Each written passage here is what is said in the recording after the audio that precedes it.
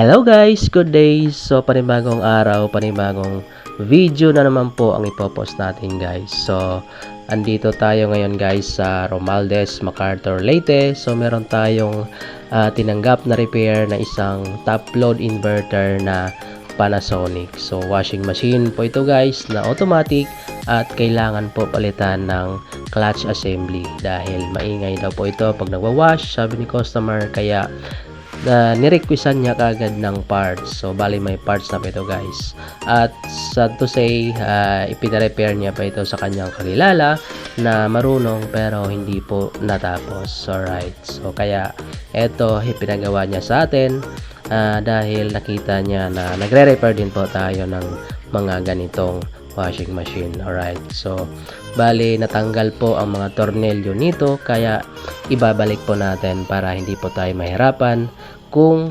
tatanggalin na po natin yung tab. Ayan, so yan guys yung ginagawa natin. Yan, so mamaya maya is tatanggalin po natin yung tab para malinis na rin po at ma-general cleaning bago natin ibalik. Ayan, so medyo nahihirapan din tayo magtanggal ng nut na ito, pero nakuha din po sa diskarte. Alright, so yan po ang kanyang nut. Ayan, so sa wakas ay matatanggal na rin po natin yung tab at malilinis natin. Alright, so yan po yung nut at saka yung bagong clutch assembly, at ito itinatanggal na rin po natin yung lumang clutch para mapalitan na po natin ng bago. Alright, so medyo may katagalan lang po ang magre-repair nito guys. Kailangan talaga matyaga tayo sa ganitong unit. Alright, kasi hindi po ito madali i-repair.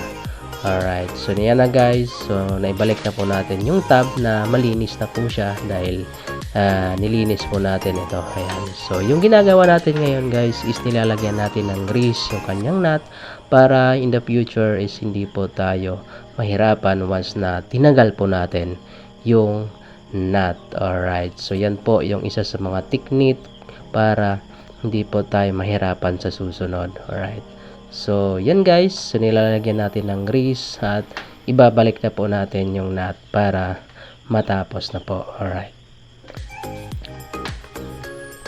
so yun guys, so pagkatapos nyan is ititest na po natin ito mamaya maya guys, so bago natin iwanan. Alright, so actually ito naman po yung kanyang control.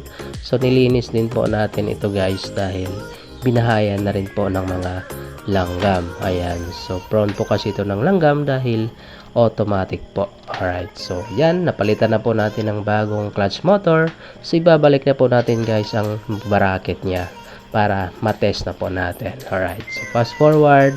So tinest na po natin yung unit guys, at so far maganda na po yung ikot niya at hindi na po maingay. Alright, so yan po, so far okay guys, success yung ginagawa natin.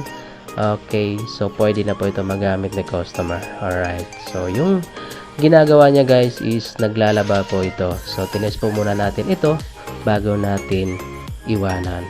Alright, so yan guys, okay na po yung kanyang spin, at mamaya is itetest natin po yung wash na ito bago natin iwanan para ma-make sure tayo na okay na po yung ginagawa nating washing machine. So yun lang guys, so have a nice day everyone. So sa may mga concern dyan at mga tanong, so pwede kayo mag-PM lang sa amin.